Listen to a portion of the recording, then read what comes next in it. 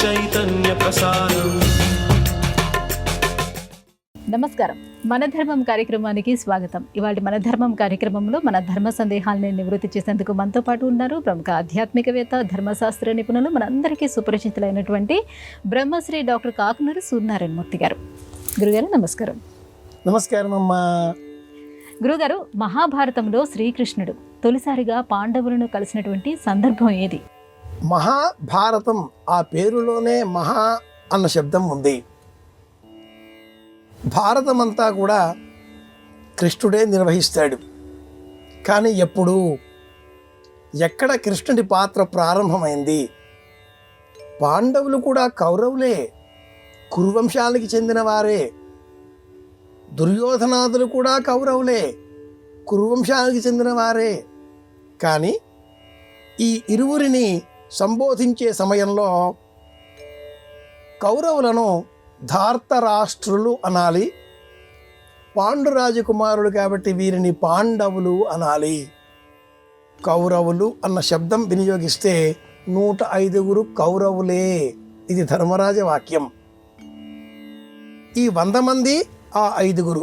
ఇరువురిలో కూడా ఇరు పక్షాలలో కూడా వైరం, రాజ్యం కోసం గొడవలు, ఇబ్బందులు ఇవి రావడంతో అనేక కారణాల చేత, మాయోపాయాల చేత ఈ 5 పాండవులను మట్టుపెట్టే ప్రయత్నాలను దుర్యోధనాదులు చేశారు.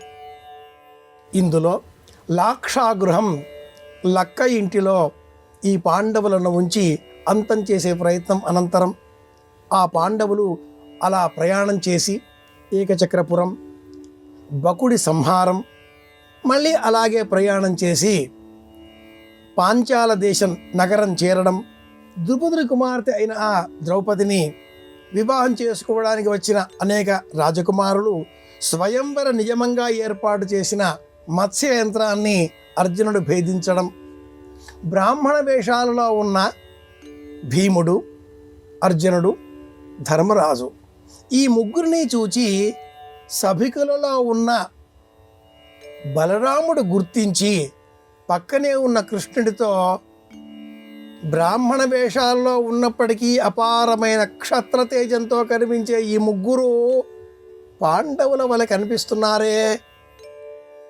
ఆ మత్స్య యంత్రాన్ని భేదించిన వీరుడు మన అర్జునుడే కదా అనగా శ్రీకృష్ణుడు చిరునవ్వులు చిందిస్తూ నీ మాట సత్యమే అన్నాడు. అది మొదటి సందర్భం. అనంతరం కృష్ణుడు ఎక్కడైతే ఈ పాండవులు నివసించి ఉన్నారో ఆ గృహానికి రాగా కుంతీదేవి నమస్కరిస్తుంది. ధర్మరాజు కూడా నమస్కరించి ఇక్కడ మీ దర్శనం మా అదృష్టదాయకం అంటాడు. ఇది పాండవులకు కృష్ణుడు కలిసిన తొలి సన్నివేశం. కృష్ణుడి యొక్క ఈ రాకతో పాండవులకు విశేషమైన బలం చేకూరుతుంది.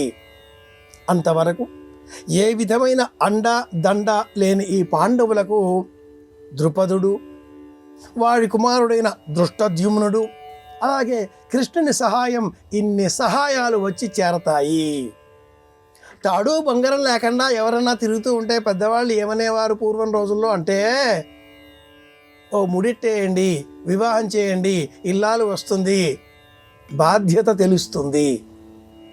ఇంతవరకు పాండవులు అలా తిరిగేటటువంటి నేపథ్యంలో వివాహం కావడంతో వారికి బాధ్యత కలిగింది.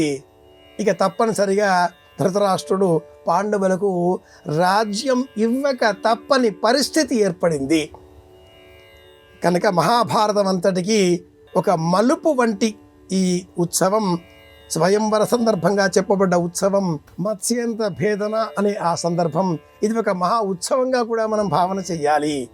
జీవుడు ఈశ్వరుడు అనే భావనలలో జీవుడు అర్జునుడు, ఈశ్వరుడు శ్రీకృష్ణ పరమాత్ముడు. ఇది మొదలుగా పలు సందర్భాలలో కృష్ణుడు మనకు బోధ చేసే నిమిత్తమై అనేక వేదాంత విషయాలను అర్జునుడికి కూడా బోధ చేస్తూ ఉంటాడు. ఖాండవ దహన ఘట్టం కూడా తదుపరిగా వచ్చే ఘట్టాలలో ఒకటి. కనుక ఇది ఆ సందర్భం అని చెప్పుకోవాలి. గురుగారు, ఈ వేసవి కాలంలో ఎటువంటి దానాలు చేస్తే శుభం కలుగుతుంది? ఋతువులు, కాలాలు, అలా గడిచిపోతూ ఉంటాయి. ధాతా యథా పూర్వమకల్పయతు వేద ప్రమాణం.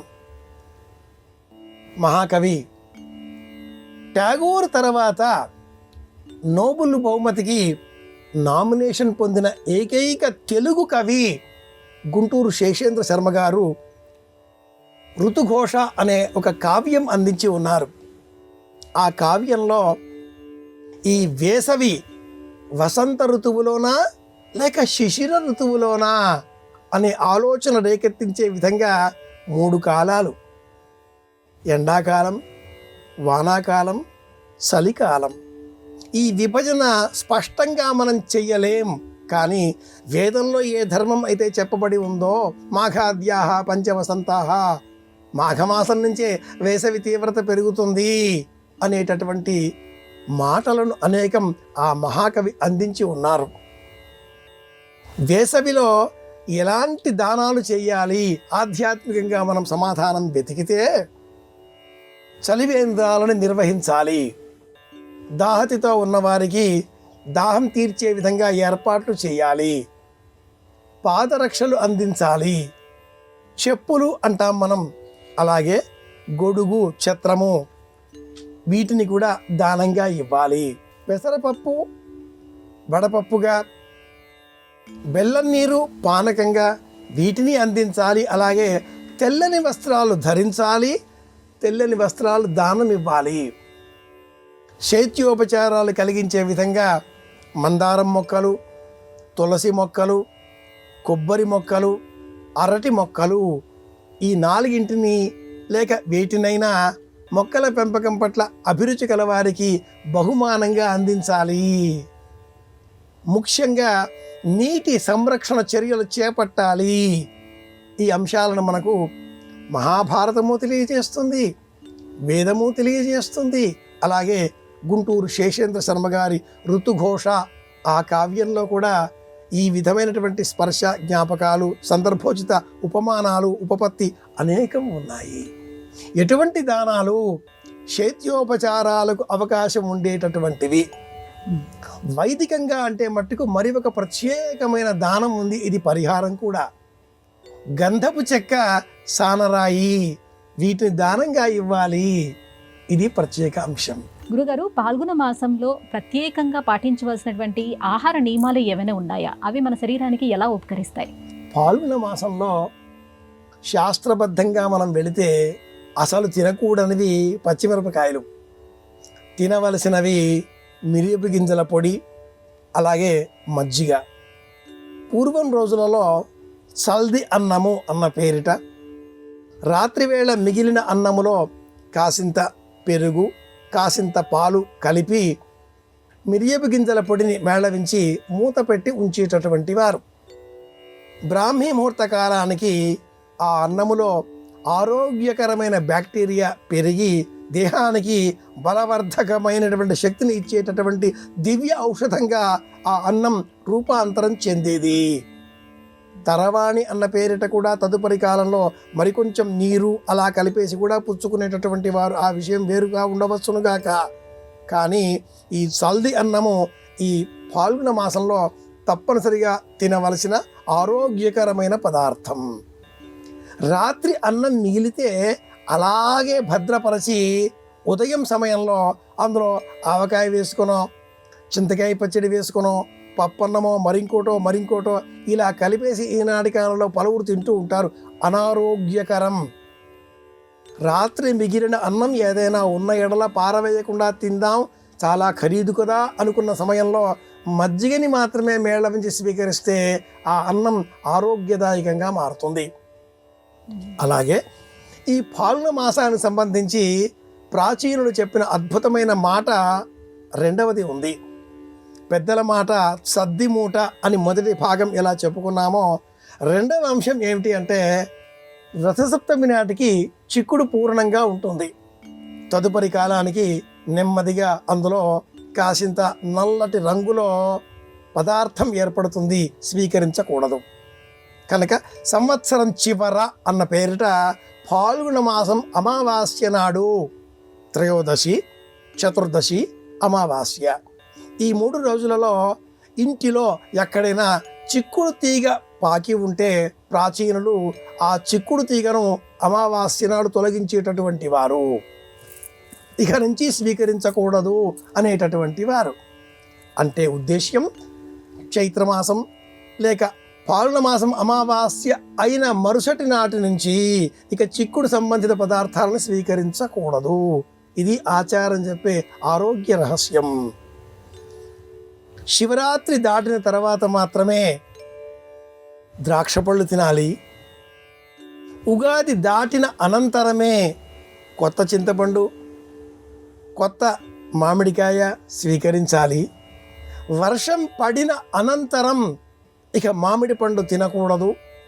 ఇవన్నీ కూడా ఋతు సంబంధంగా వచ్చే మార్పులకు లోబడి ప్రాచీనులు ఆచారాల రూపంలో ఆరోగ్య సూత్రాలను అందించిన విధానాలు తెలుసుకుని పాటిస్తే తప్పక ఆరోగ్యాన్ని కాపాడుకున్న వాళ్ళం అవుతాం. ఇది రెండవ విషయం, ఇది రహస్యం. గురువుగారు, అప్పుడప్పుడు అనుకోకుండా ప్రయాణాలు చేయాల్సి వస్తుంటుంది. ఆ సమయంలో తిథి, వారం, వజ్యం ఇవేవి చూసుకోలేం. అప్పుడు దానికి పరిష్కార మార్గం ఏమిటి? గౌరీ పంచాంగం అంటూ మన పంచాంగాలలో ఒక పట్టిక ఉంటుంది. ప్రతిరోజు కూడా సోమవారం చంద్రహోర, మంగళవారం కుజహోర, ఒక్కొక్క గంట ఆ హోర ఆయా గ్రహాల పేరిట 24 గంటలు హోరా చక్రం మారుతూ ఉంటుంది.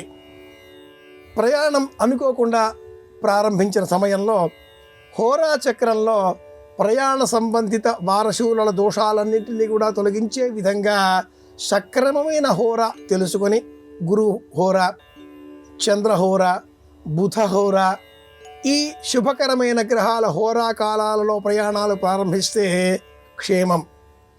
అనుకోని తప్పనిసరి పరిస్థితులలో రైలు ఆ సమయంలోనే ఉంది, విమానం ఆ సమయానికే ప్రారంభం.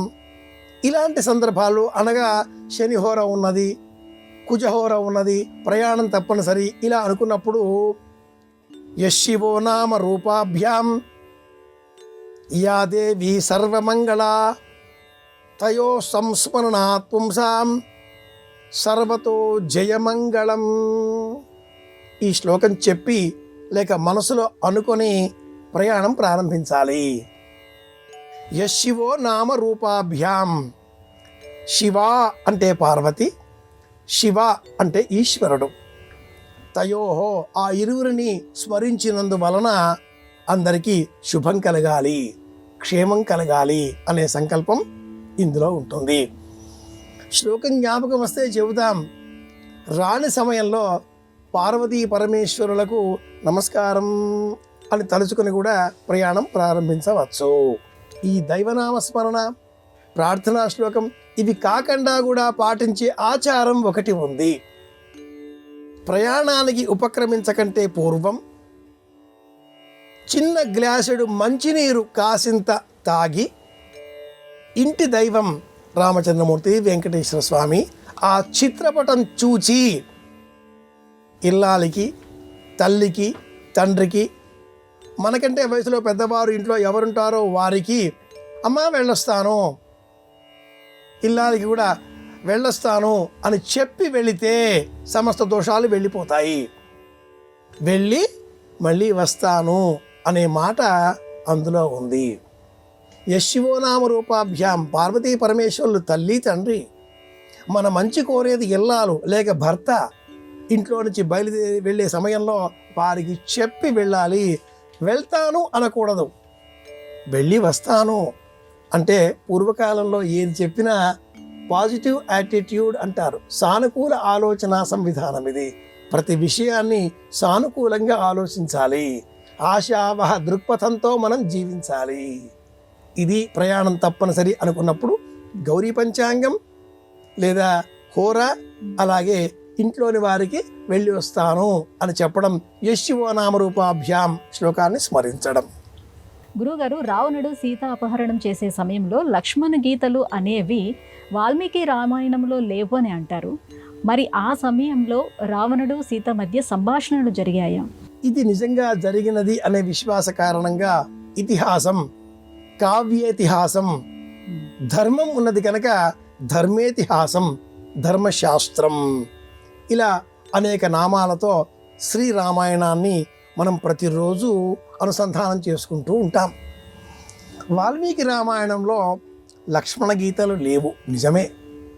ఈ లక్ష్మణుడు సీతాదేవి మాట మేరకు అన్నను రక్షించడం కోసం వెళ్ళే ప్రయత్నంలో తన అమ్ముల పొదిలోని ఒక బాణం తీసి 3 గీతలు గీసి దాటరాదు అని చెప్పినట్లుగా మొల రామాయణం, ఏకోజీ రామాయణం, అనేక రామాయణాలలో భక్తి ప్రపత్తులతో ఈ వృత్తాంతం చెప్పబడి ఉంది.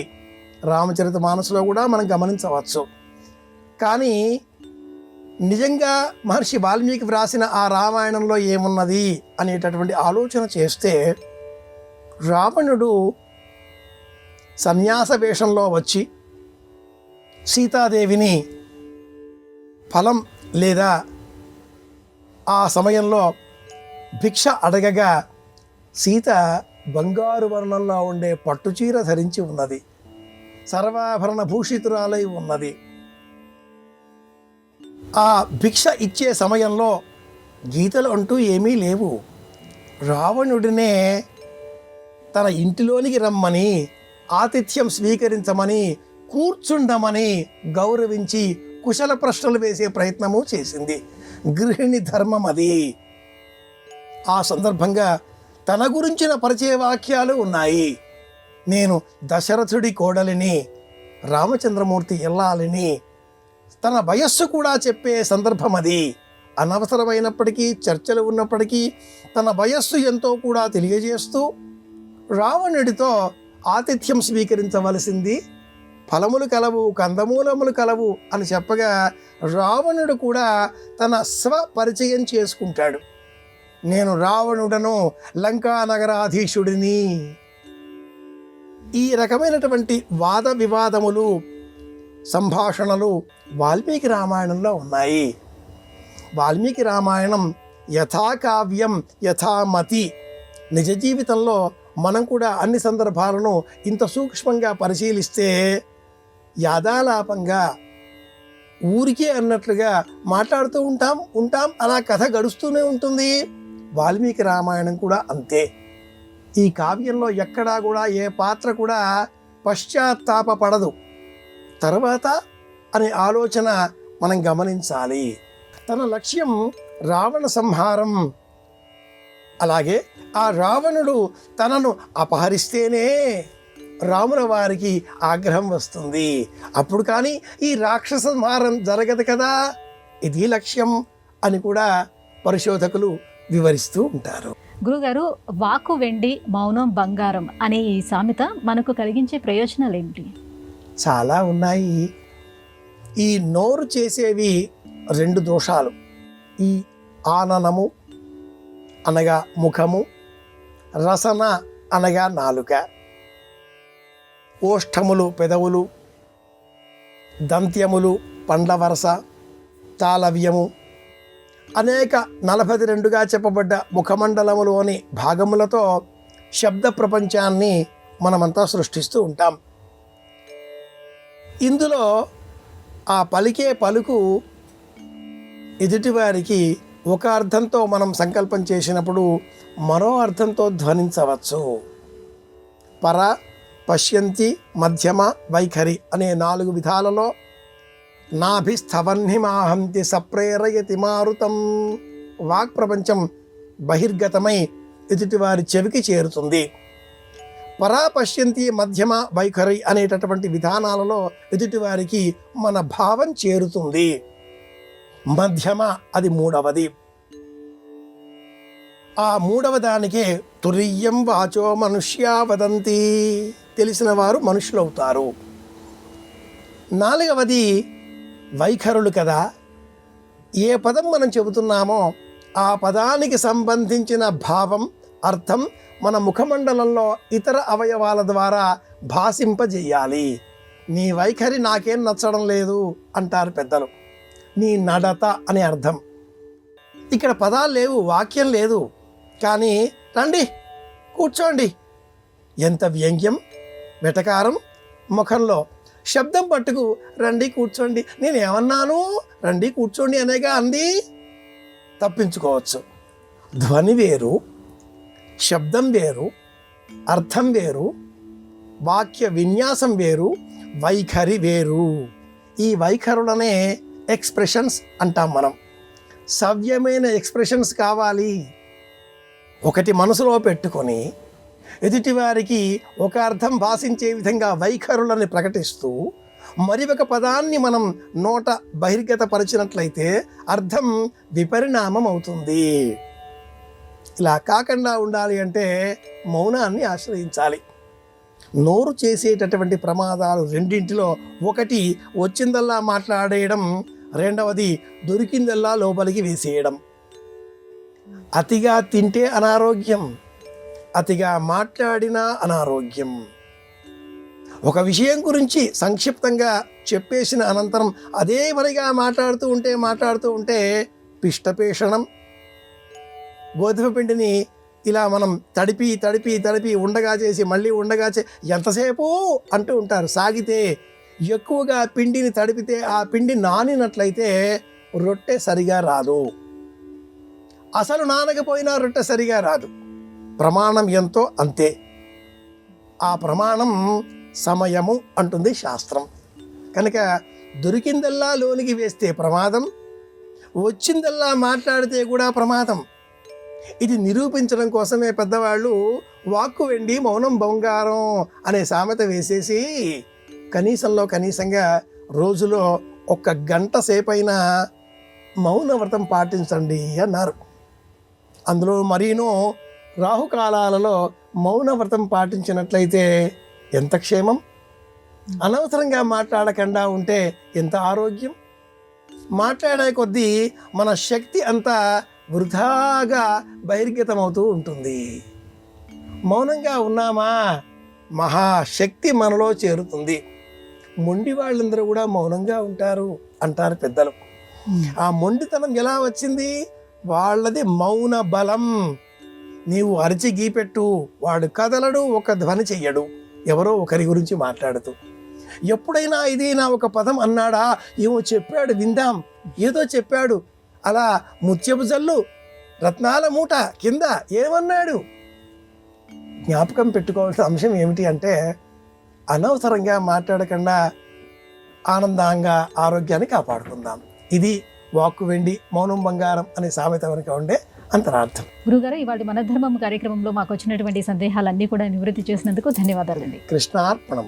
ఇది ఇవాళ మన ధర్మం కార్యక్రమం. రేపటి మన ధర్మం కార్యక్రమంలో మళ్ళీ కలుసుకుందాం. నమస్కారం. ఈ కార్యక్రమాన్ని తిరిగి చూడాలనుకుంటే www.youtube.com/ETV Life Spiritual లో చూడవచ్చు.